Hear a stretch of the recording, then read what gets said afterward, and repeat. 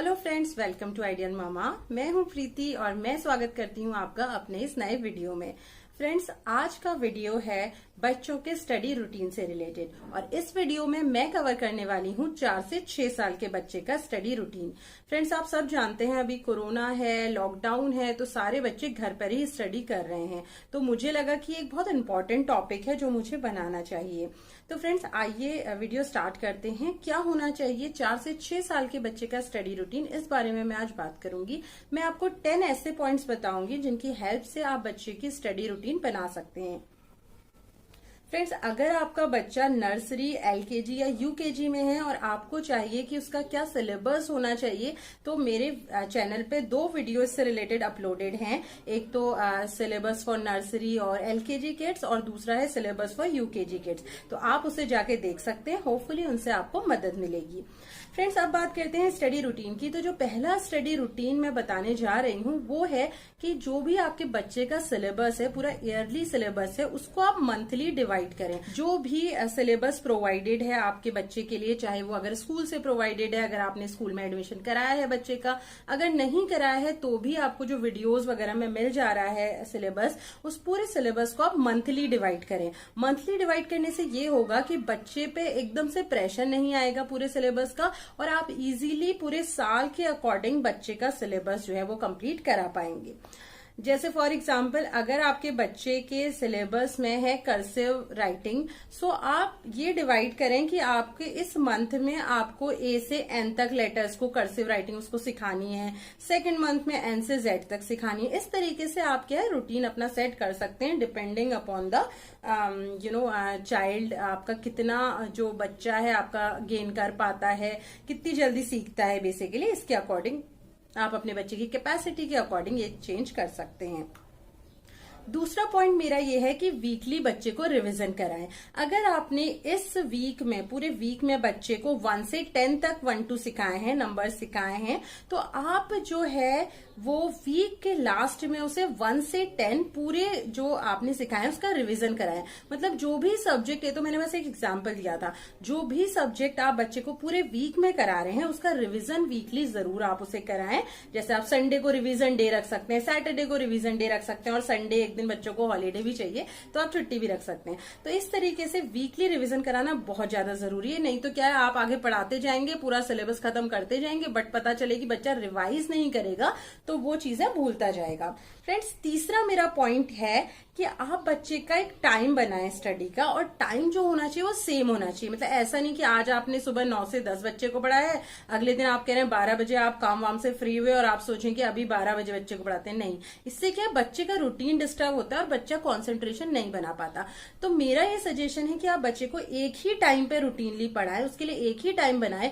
आप बाकी अपने कामों को उसके अकॉर्डिंग आप मैनेज कर लीजिए, बट बच्चे का पढ़ने का रूटीन सेम होना चाहिए, जिससे उसको खुद से रिकॉल हो जाए कि हाँ अभी 9 बजे है तो अभी मेरे को पढ़ना है। तो इससे क्या, बच्चे बहुत ज्यादा टेंट्रम भी नहीं दिखाएंगे पढ़ने में। उनको पता है नहीं अभी मेरा रूटीन है तो मेरे को इस टाइम पे पढ़ना है, और नहीं पढ़ूंगा तो फिर आप कैसे कुछ भी उसको बोल सकते हो, नहीं पढ़ोगे तो जो भी आपको सही लगे अपने बच्चे के साथ उस तरीके से आप बोल सकते हो। तो बेसिकली बात यह है कि बच्चे का टाइम रूटीन जो है वो एक ही होना चाहिए।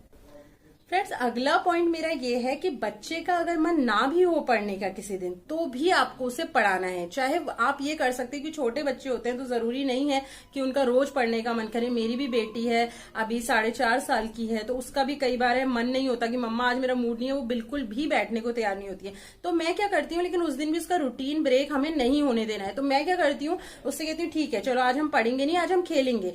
तो कुछ प्ले के तरीके से ही, कुछ खेल खेल में ही मैं उसे कुछ पढ़ाती हूँ। फॉर एग्जाम्पल, मैं उसे कहती हूँ चलो ठीक है हम बॉल्स से खेलते हैं, और मैं बॉल्स अलग अलग तरीके से रख देती हूँ। मैं बोलती हूँ okay tell me how many balls are there, तो इस तरीके से क्या उसने काउंटिंग कर ली। ठीक है, तो इस तरीके से कुछ भी चीज आप जो भी आपको सही लगे उस तरीके से आप गेम्स के थ्रू बच्चे को पढ़ा सकते हैं। और अगर आपको ऐसे आइडियाज चाहिए कि गेम्स के थ्रू आप कैसे बच्चे को पढ़ाएं, तो आप मुझे कॉमेंट कर देना, तो मैं इस पे भी एक अलग से वीडियो बना दूंगी कि किस तरीके से मैं गेम्स के थ्रू अपने बच्चे को पढ़ाती हूँ।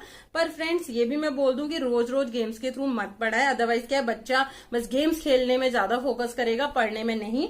तो कभी ऐसा हो सकता है वीक में एक दिन और मंथ में या फिर 1-2 दिन कि आप इस तरीके से बच्चे को पढ़ा सकते हैं। अदरवाइज बच्चे का, क्योंकि 4 से 6 साल के बच्चे का आजकल बहुत ज्यादा सिलेबस होता है, तो उसको एक सीरियसनेस पढ़ाई में होना जरूरी है। फ्रेंड्स, अगला मेरा ये पॉइंट है कि वर्कशीट्स के थ्रू बच्चे को पढ़ाया। वर्कशीट्स क्या होती हैं ये आपने बहुत ढेर सारे यूट्यूब वीडियोज में देखा होगा, अगर नहीं देखा है तो आप देख सकते हैं।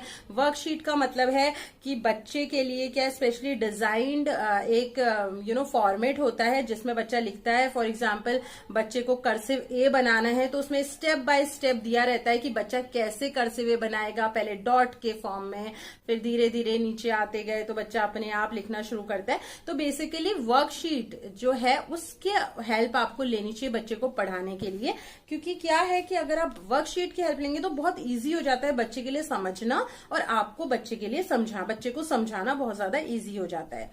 नेक्स्ट है फ्रेंड्स, अगर आप वर्कशीट नहीं बना पा रहे हैं, आपको नहीं आइडिया है, तो आप बहुत ढेर सारी वेबसाइट्स ऐसी हैं, अगर आप जस्ट गूगल में टाइप करें free worksheet for 4 year old, तो उसमें बहुत ढेर सारी वर्कशीट्स आ जाएंगी। तो आप सिंपली उनसे आप आइडिया ले सकते हैं, आप कॉपी में बना सकते हैं सेम वर्कशीट, या फिर आप प्रिंट आउट निकाल के बच्चे को वो वर्कशीट करने को दे सकते हैं। और अगर आपको और डिटेल में चाहिए तो यूट्यूब में बहुत ढेर सारे ऐसे वीडियोज हैं जो वर्कशीट से रिलेटेड है बच्चों की। आपको जो सब्जेक्ट कराना है, जो टॉपिक कराना है, उससे रिलेटेड वर्कशीट का वीडियो आप सर्च करके आप उस तरीके से बच्चे को करा सकते हैं। फ्रेंड्स, अगला बहुत इंपॉर्टेंट टिप ये है मेरा कि बच्चे को कंसंट्रेशन के साथ पढ़ाएं। अब कंसंट्रेशन बच्चे का कैसे बनेगा, जैसे मैं अपना बताऊं पर्सनली, मेरी बेटी का ऐसा बिल्कुल भी कंसंट्रेशन नहीं है पढ़ने में। तो मैं उसे अगर उसके आसपास कोई भी चीज हो रही होती है तो वो उस पर ध्यान ज्यादा देती है। तो फ्रेंड्स, कंसंट्रेशन बढ़ाने के लिए बच्चे को बिल्कुल अकेले रूम में पढ़ाएं। मतलब ऐसा नहीं कि वहां पर ही आप कोई 2 लोग बात कर रहे हैं, कोई और उसके पापा वर्क फ्रॉम होम कर रहे हैं, दादी कोई अलग काम कर रही है, तो क्या उसका ध्यान इधर उधर ही रहता है। तो हमेशा मेरी ये सजेशन है कि बच्चे को बिल्कुल एकांत में, बिल्कुल शांत में पढ़ाएं, जहां कोई और डिस्टरबेंस उसको अट्रैक्ट ना करे, तभी बच्चे का प्रॉपर कंसंट्रेशन बन सकता है।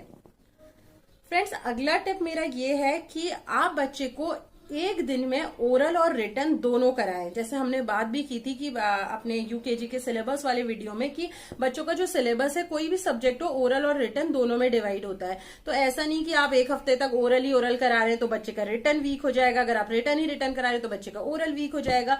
तो फ्रेंड्स, ये बहुत जरूरी है कि आप बच्चे को एक दिन में दोनों चीजें कराएं। और मोस्टली क्या करें कि एटलीस्ट बच्चे का दिन में 2 बार पढ़ने का टाइम होना चाहिए, एक बार मॉर्निंग में, एक बार इवनिंग में। तो आप ये कर सकते हैं कि मॉर्निंग में आपने रिटन करा लिया, इवनिंग में आपने ओरल करा लिया, या depending upon your convenience you can divide the time, but at least 2 घंटे, कम से कम मिनिमम 2 घंटे, या आप बोले 2 टाइम जरूरी है बच्चे को स्टडी में इन्वॉल्व करने के लिए। और ओरल और रिटन आप बच्चे को डेली आपको कराना ही कराना है। फ्रेंड्स, एक बहुत इंपॉर्टेंट टिप ये है कि बच्चे के साथ स्ट्रिक्ट रहें। जब भी आप बच्चे को पढ़ा रहे हैं, अगर बच्चा आपके टेंट्रम दिखा भी रहा है ना, तो भी आप स्ट्रिक्ट रहें, उसके टेंट्रम्स को बिल्कुल भी ना माने। अगर एक बार आप ऐसा करेंगे कि वो कोई बहाने बना रहा है कि मुझे मम्मा ये करने दो, मम्मा वो करने दो, तो उसको क्या हैबिट हो जाती है इस चीज की। तो कोशिश करें कि बच्चे के टेंट्रम्स को बिल्कुल ना माने और आप स्ट्रिक्ट रहें। आप बोले नहीं, आज आपको 1 पेज करके ही उठना है, तो पेज करके ही उठना है। जैसे मेरी बेटी है, वो भी बहुत टेंट्रम करती है, बोलती है मम्मा मुझे वाटर चाहिए। जैसे ही उसे पढ़ने बैठाती हूँ, उस टाइम पे वॉशरूम जाना होता है, उस टाइम पे उसे पानी पीना होता है, बट नहीं, मैं बोलती हूँ ओके आप 1 पेज कर लो, फिर आपको वाटर मिलेगा। तो इस तरीके से आप स्ट्रिक्ट रहे बच्चे के साथ, तो धीरे धीरे बच्चे को पता चल जाएगा कि नहीं, अब यहाँ ऐसे तो मेरी दाल नहीं गलने वाली, तो मुझे मम्मा के साथ स्ट्रिक्टली ही पढ़ाई करनी पड़ेगी। सेकेंड, अनदर इम्पॉर्टेंट पॉइंट ये है इसी में कि बच्चों को भी ब्राइव ना दें। कभी भी ये ना बोलें कि आप ये कर लो, उसके बाद आपको टॉफी मिलेगी, उसके बाद आपको चॉकलेट मिलेगी। कभी कभी आप ये कर सकते हैं, जैसे कभी बच्चा है, कभी उसका मूड नहीं हो रहा, तो इस तरीके से आप ब्राइव कर सकते हैं, बट डेली इस चीज की हैबिट ना डालें। ये मेरा सजेशन है, अदरवाइज बच्चे को ये डिपेंडेंसी हो जाएगी और फिर आप परेशान होंगे कुछ टाइम के बाद। फ्रेंड्स, लास्ट टिप मेरा ये है कि आपका बच्चा अगर आपसे नहीं पढ़ रहा है, कई बच्चे ऐसे होते हैं जो अपने पेरेंट्स से बिल्कुल भी नहीं पढ़ते, कुछ भी कर लें, तो आप किसी होम ट्यूशंस की हेल्प ले सकते हैं। फ्रेंड्स, आजकल बहुत ढेर सारे ऑनलाइन ट्यूटर्स भी हैं जो इस तरीके से नर्सरी एलकेजी के भी बच्चों को ऑनलाइन पढ़ाते हैं। और अगर आपको ऐसा ऑनलाइन ट्यूटर नहीं मिल रहा है और चाहिए, तो आप मुझे मैसेज कर देना, मैं आपको ट्यूटर्स का भी नंबर शेयर कर दूंगी। तो इस तरीके से आप या तो ऑनलाइन ट्यूशन लगा सकते हैं या फिर होम ट्यूशंस बच्चे के लिए रख सकते हैं। तो उससे भी बच्चे में बहुत ज्यादा इंप्रूवमेंट आता है। या तो बच्चा कभी आपसे नहीं पढ़ रहा है, या कुछ पेरेंट्स ऐसे होते हैं जो वर्किंग हैं, जिनके पास बिल्कुल टाइम नहीं है बच्चों को देने के लिए, तो उनके लिए ये बहुत एक अच्छा ऑप्शन है कि वो क्या करें, बच्चे की ट्यूशन की हेल्प लें। तो फ्रेंड्स, ये थे मेरे 10 ऐसे टिप्स जो आपके बच्चे का रूटीन, स्टडी रूटीन बनाने में आपके लिए मदद करेंगे।